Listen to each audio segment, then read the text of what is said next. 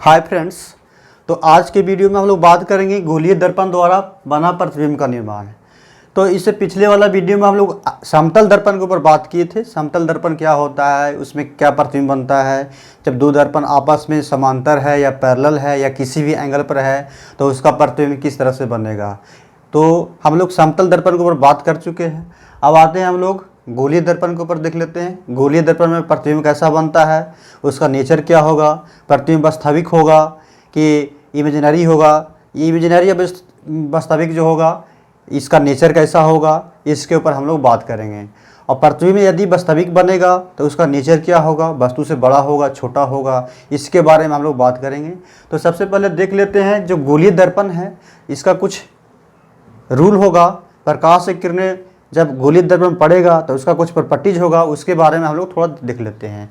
तो आइए हम लोग सबसे पहले प्रॉपर्टीज नंबर फर्स्ट देख लेते हैं। अच्छा, एक बात बता दें जानकारी के लिए, जो गोलीय दर्पण होता है मुख्यतः दो प्रकार के होते हैं, हम लोग चर्चा कर चुके हैं। जो गोलीय दर्पण होता है मुख्यतः कितने प्रकार के होते हैं, तो गोलीय दर्पण जो होता है, स्फेरिकल मिरर जो होता है, गोलीय दर्पण जो होता है कौन कौन से होते हैं भाई। एक होता है आपतल दर्पण, ये इसके ऊपर तो हम लोग बात कर ही चुके हैं, ठीक है, इसके टाइप्स के ऊपर। और दूसरा होते हैं उत्तल दर्पण, दूसरा एक उत्तल दर्पण। इसका बोले तो कनकेव, क्या हो गया, कनकेव मिरर। इसको क्या बोलते हैं भाई, इसको बोलेंगे कन्वेक्स मिरर, कन्वेक्स मिरर। अच्छा, आपतल दर्पण में इसका जो परावर्तक सतह है, अभी हम टाइप बाय टाइप करके हम लोग देखेंगे। सबसे पहले आपतल दर्पण के ऊपर देख लेते हैं, आपतल दर्पण के क्या प्रॉपर्टीज है, और आपतल दर्पण में इमेज फॉर्मेशन देख लेंगे, उसके बाद हम लोग देखेंगे उत्तल दर्पण।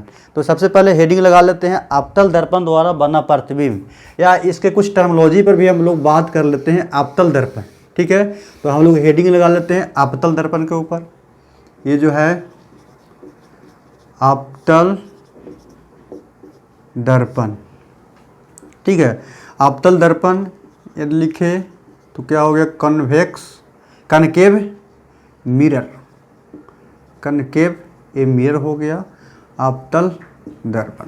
तो आपतल दर्पण क्या होता है, इस प्रकार के दर्पण होता है।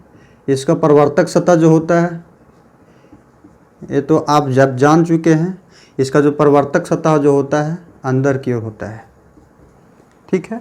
ये परावर्तक सतह है और इधर पॉलिश किया हुआ सतह है। अच्छा, ये जो सतह एम और एन है, थोड़ा सा हिंट के तौर पर हम बता देते हैं, रिव्यू बता देते हैं। जो एम और एन है इसको क्या बोला जाता है, ये दर्पण का द्वारक बोला जाता है।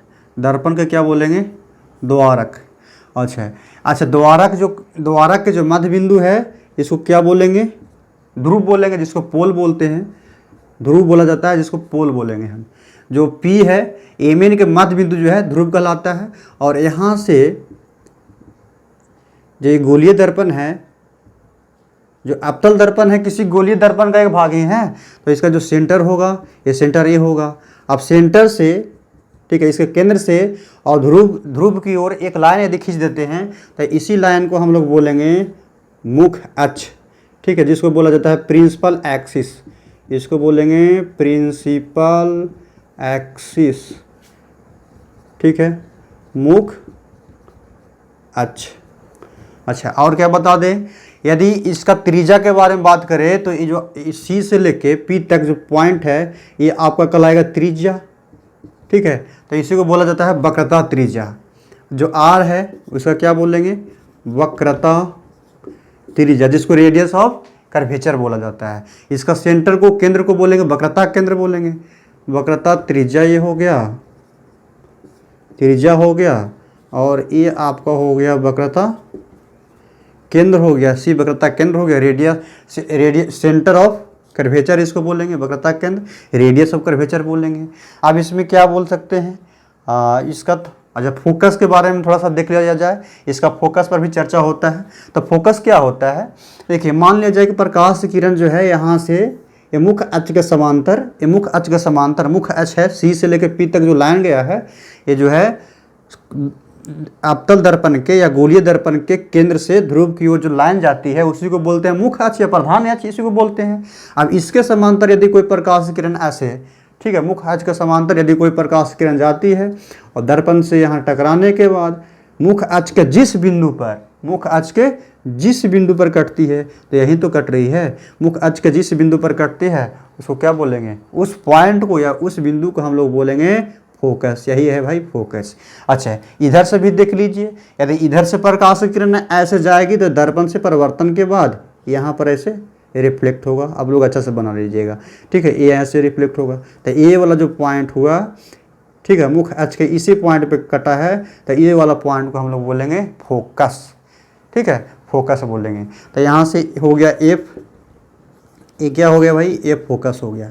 अच्छा, फोकस दूरी पूछेगा, ठीक है, फोकस दूरी यदि पूछे कि फोकस दूरी क्या है भाई, तो फोकस दूरी जो है यहाँ से लेकर के, ध्रुव से लेकर के यहाँ एफ जो पॉइंट है, यहीं से आपका कहलाता है फोकस दूरी। और एक पॉइंट और याद रख लीजिएगा, सभी जो दूरी है, जितना भी दर्पण में, ठीक है, वस्तु की दूरी, प्रतिबिंब की दूरी, ये जो मेजर करते हैं, यही ध्रुव से ही मेजर किया जाता है। तो P से लेके F तक जो डिस्टेंस है उसी को बोलेंगे फोकस दूरी बोलेंगे। और यहाँ से लेकर के यहाँ तक जो डिस्टेंस होगा क्या हो गया, रेडियस हो गया, वक्रता त्रिज्या हो गया, और उससे क्या हो गया, केंद्र हो गया। चलिए, ये हम लोग तो जानकारी इतना प्राप्त कर लिए। अब देखिए, इसमें कुछ टर्म है, कुछ कंसेप्ट है, 3 को पॉइंट बताएंगे और उस पॉइंट को आप लोग नोट कर लीजिएगा। तो चलिए इसको अब मिटा देते हैं। हम लोग इतना देख लिए, ये द्वारक है, ध्रुव है, फोकस बिंदु है, यहाँ से फोकस दूरी है, ये वक्रता केंद्र है, यहाँ से यहाँ तक ये त्रिज्या हो गया।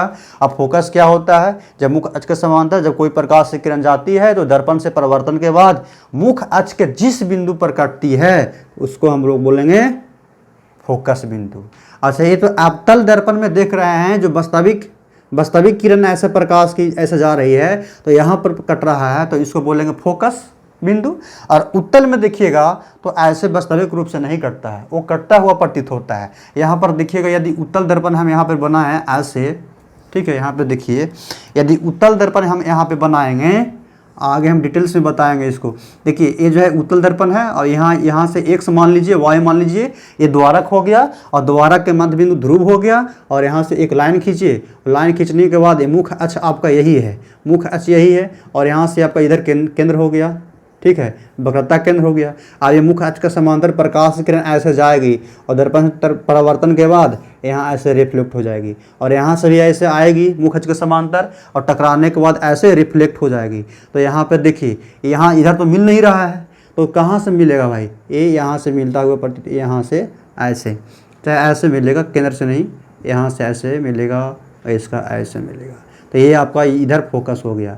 अब देखिए, जो वास्तविक किरण के कटान से, ये वास्तविक किरण है, ठीक है, प्रकाश की किरण जो वास्तविक रूप से मिल रहा है, तो इसका फोकस क्या होगा, वास्तविक फोकस होता है। तो आपतल दर्पण का जो फोकस होता है ये वास्तविक फोकस होता है। आपतल दर्पण का जो फोकस होता है, कैसा फोकस होता है भाई, तो वास्तविक फोकस होता है। लेकिन उत्तल दर्पण में देखिए, यहाँ डॉट डॉट से मिला रहे हैं, तो उत्तल दर्पण के जो फोकस होती है ये आभासी फोकस होता है। उत्तल दर्पण में जो है, उत्तल दर्पण में, ठीक है, जो फोकस होते एफ जो होता है ये आभासी होती है। तो यहाँ से हम लोग आपतल और उत्तल का थोड़ा सा फोकस के बारे में भी हम जानकारी ले लिए। तो चलिए हम लोग इसे मिटा देते हैं, इसका कुछ टर्म के बारे में, कुछ रूल के बारे में हम लोग देखेंगे। चलिए, ये तो फोकस के बारे में, कुछ टर्मिनोलॉजी के बारे में हम लोग देख लिए, ये आपतल दर्पण में कौन सा किस टर्म का यूज होगा उसके बारे में हम लोग देख लिए। अब देखिए, हम लोग देखेंगे पॉइंट नंबर फर्स्ट देखेंगे, क्या है, आपतल दर्पण द्वारा हम लोग पढ़ रहे हैं गोलीय दर्पण द्वारा बना प्रतिबिंब का निर्माण। गोलीय दर्पण में हम लोग प्रतिबिंब का निर्माण करवाएंगे। तो सबसे पहले पॉइंट 1 में यदि देखा जाए, यहाँ पर आप लोग को पॉइंट 1 करके हम लिखा रहे हैं। पॉइंट 1 में देखिए, पहले समझा देते हैं, इसके बाद लिख लीजिएगा। पॉइंट 1 में क्या है, मान लिया जाए कि ये आपका आपतल दर्पण है, हम लोग हेडिंग दिए हैं आपतल दर्पण, तो उसी का स्टडी करेंगे। एक्स और वाई क्या है, आपतल दर्पण का ये द्वारक हो गया, और द्वारक का मध्य बिंदु क्या कहलाता है भाई, द्वारक का मध्य बिंदु ये ध्रुव कहलाता है, ये ध्रुव हो गया। और यहाँ से इधर ऐसे डॉट से मिलाएंगे तो इधर ही इसका केंद्र होगा, तो केंद्र सी हो गया। और केंद्र और ध्रुव को मिला करके एक लाइन खींचते हैं तो उसको क्या बोलेंगे, मुख्य अक्ष या प्रधान अक्ष। यहाँ से सीधे चला जाएगा, आप लोग सीधे खींचिएगा। पॉइंट नंबर फर्स्ट, एकदम याद कर जाना है। ये तीनों रूल का यूज होगा और इन्हीं तीनों रूल का यूज करके यहाँ पर पॉइंट नंबर 2 लिख लेते हैं और यहाँ पर हम लोग पॉइंट नंबर 3 लिख लेते हैं और यहाँ पर भी एक दर्पण बना ही लेते हैं। अवतल दर्पण पढ़ रहे हैं तो अवतल दर्पण यहाँ पे बना लेते हैं, क्योंकि तीनों पॉइंट एक साथ बताने पर थोड़ा सा कंसेप्ट जो है आप लोगों का क्लियर होगा। देखिए यहाँ पर तीनों जो है अवतल दर्पण बना लिए और यहाँ पर एक्स है, यहाँ पर वाई, इसका भी दोबारा कि यहाँ एक्स है और यहाँ पे वाई है। थोड़ा सा एक बार देख लेते हैं आप लोगों को क्लियर है या नहीं। चलिए क्लियर है। चलिए अगेन देखिए यहाँ पर क्या है, ये अवतल दर्पण है। 3 पॉइंट बताएंगे, 3 पॉइंट। पॉइंट नंबर फर्स्ट देखिए, पॉइंट नंबर फर्स्ट क्या है, जब कोई प्रकाश की किरण मुख्य अक्ष के समांतर, ये आपका मुख्य अक्ष है तो यहाँ पर भी जरा बनाइए लीजिए मुख्य अक्ष, यहाँ पर भी बना ही लेते हैं मुख्य अक्ष। देखिए ये आपका हो गया मुख्य अक्ष, ये भी आपका मुख्य अक्ष हो गया। इसका पी दे दीजिए नाम, इसका भी पी दे दीजिए। यहाँ पर इसका सेंटर सी मान लीजिए और इसका भी सेंटर सी दे दीजिए। अब यहाँ से दूरी क्या हो गया, त्रिज्या हो गया, ये भी त्रिज्या हो जाएगा। खैर चलिए उतना हम लोग का रिक्वायरमेंट अभी नहीं है। देखिए पॉइंट नंबर फर्स्ट बता रहे हैं कि यदि कोई प्रकाश किरण यहाँ से, ठीक है, यदि कोई प्रकाश किरण मुख्य अक्ष के समांतर जाती है तो मुख्य अक्ष के समांतर ऐसे जा रही है और जाने के बाद कहाँ टकराएगा, दर्पण से। तो दर्पण से टकराने के बाद यहाँ से रिफ्लेक्ट होगा, ऐसे रिफ्लेक्ट होगा, रिफ्लेक्ट होगा तो रिफ्लेक्ट होने के बाद जिस बिंदु पर कटती है, ठीक है, यदि कोई प्रकाश किरण मुख्य अक्ष के समांतर ऐसे जा रही है और जाने के बाद दर्पण से परावर्तन के बाद किस बिंदु से होकर गुजरेगी, तो हमेशा की हमेशा ऑलवेज याद रख लीजिएगा, ये हमेशा ये फोकस बिंदु से होकर के गुजरती है। यदि पूछे यदि कोई प्रकाश किरण मुख्य अक्ष के समांतर जा रही है, मुख्य अक्ष के समांतर जा रही है तो मुख्य अक्ष के समांतर जाने के बाद दर्पण से परावर्तन के बाद किस बिंदु से होकर गुजरती है, तो हमेशा फोकस से होकर गुजरेगी। कब, जब मुख्य अक्ष के समांतर जाएगी तब। यानी सीपी क्या है, मुख्य अक्ष, और यहाँ पे ए और बी इसका नाम दे दे तो दोनों प्रकाश किरण क्या है, ए बी जो है प्रकाश किरण किसके समांतर है, तो पीसी के समांतर है। यानी जब कोई प्रकाश किरण मुख्य अक्ष के समांतर जाती है तो दर्पण से परावर्तन के बाद फोकस बिंदु से होकर गुजरती है। ये पॉइंट को एकदम याद कर जाना है। अगेन देख लीजिए दूसरा पॉइंट। अब मान लेते हैं ये आपका क्या है, केंद्र है, ठीक है। एक बात और देख लीजिए, आप लोग 10th क्लास में ही पढ़े होंगे। मान लिया जाए कि एक कोई सर्किल है, ठीक है, ये कोई सर्किल है तो सर्किल का केंद्र यहाँ पर सी होगा, गुड, यहाँ पर सी होगा। अब देखिए यहाँ से सर्किल का जो केंद्र होगा वो सी होगा। अब यहाँ से केंद्र से यहाँ मिला दीजिए लाइन, यहाँ भी मिला दीजिए, यहाँ मिला दीजिए, कहीं भी मिला दीजिए।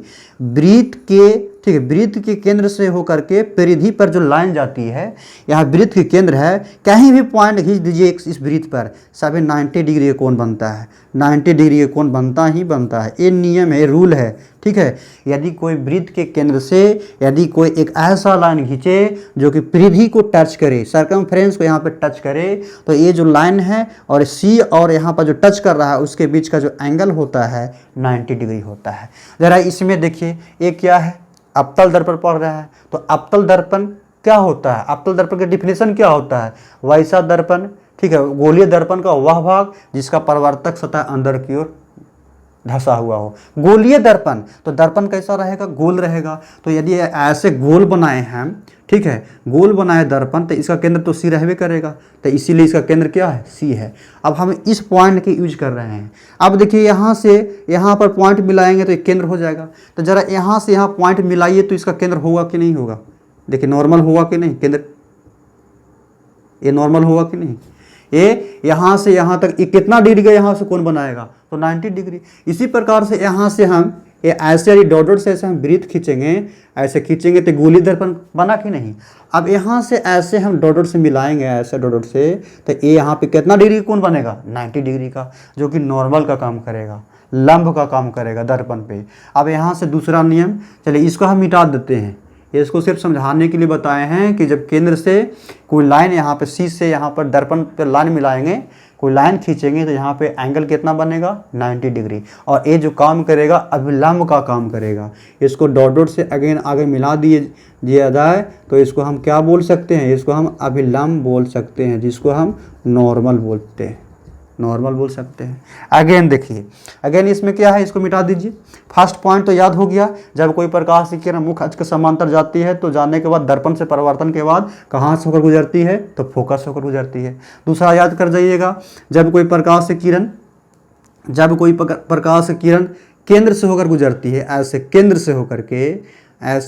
से होकर गुजरेगा, तो अब देखिए ये केंद्र से होकर गुजर रही है तो यहाँ भी तो 90 डिग्री कोण बन रहा है। समतल दर्पण के केस में हम लोग ऐसे पढ़े थे कि यहाँ प्रकाश किरण ऐसे गुजरेगा तो इसी पे रिटर्न हो जाता है। अभिलंब से अब लंबवत ऐसे पड़ रहा है दर्पण पे, समतल दर्पण पे, तो इसी लाइन से ऐसे गुजर जाता है। तो ये क्या है, ये भी तो लंबी है, 90 डिग्री बन रहा है, तो ऐसे आएगा तो ऐसे रिटर्न हो जाएगा। यानी जब कोई प्रकाश किरण केंद्र से होकर गुजरती है तो दर्पण से परावर्तन के बाद केंद्र से होकर ही वापस रिटर्न हो जाती है।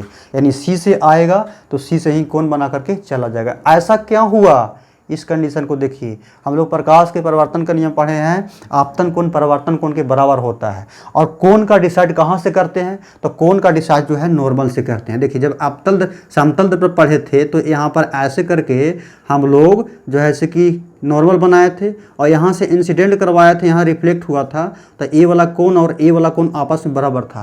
तो आई कोण, आपतन कोण और परावर्तन कोण का डिसाइड किससे किया जाता है, ये अभिलंब से ही तो मेजर करते हैं। और ए वाला एंगल, ए वाला किरण जो है प्रकाश किरण इसी पर पड़ गया है, तो इसके बीच का एंगल कितना, 0 डिग्री हो गया। तो ये भी अभिलंब है, ठीक है, इस दर्पण के लिए यहाँ अभिलंब है और इसी पे आ रही है, तो इसी से रिटर्न होकर के चले जाएगा।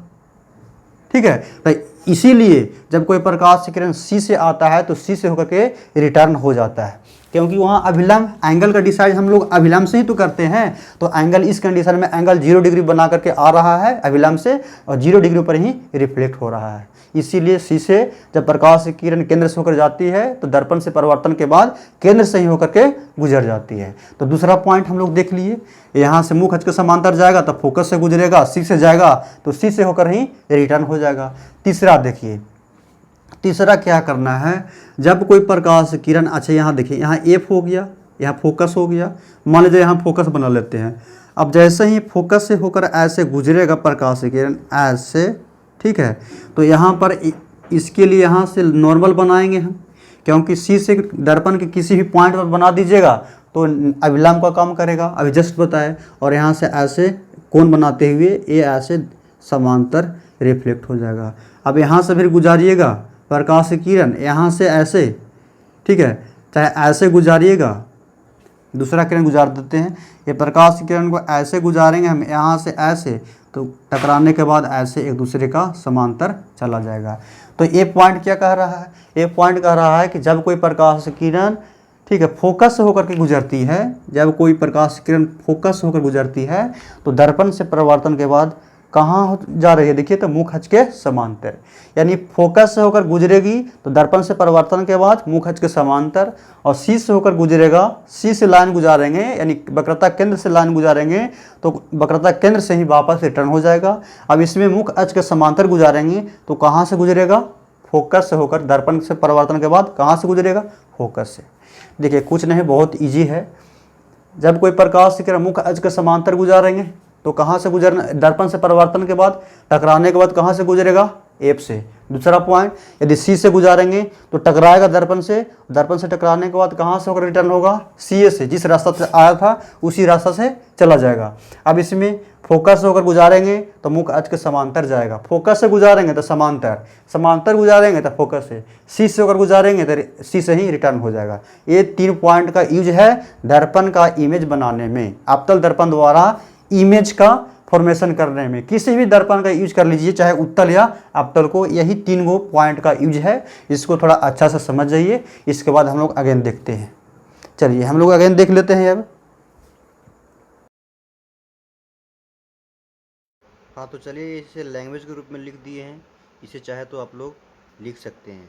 और इस वीडियो के माध्यम से आप लोग को जो भी कुछ सीखने को मिला तो प्लीज़ वीडियो को लाइक, शेयर एंड सब्सक्राइब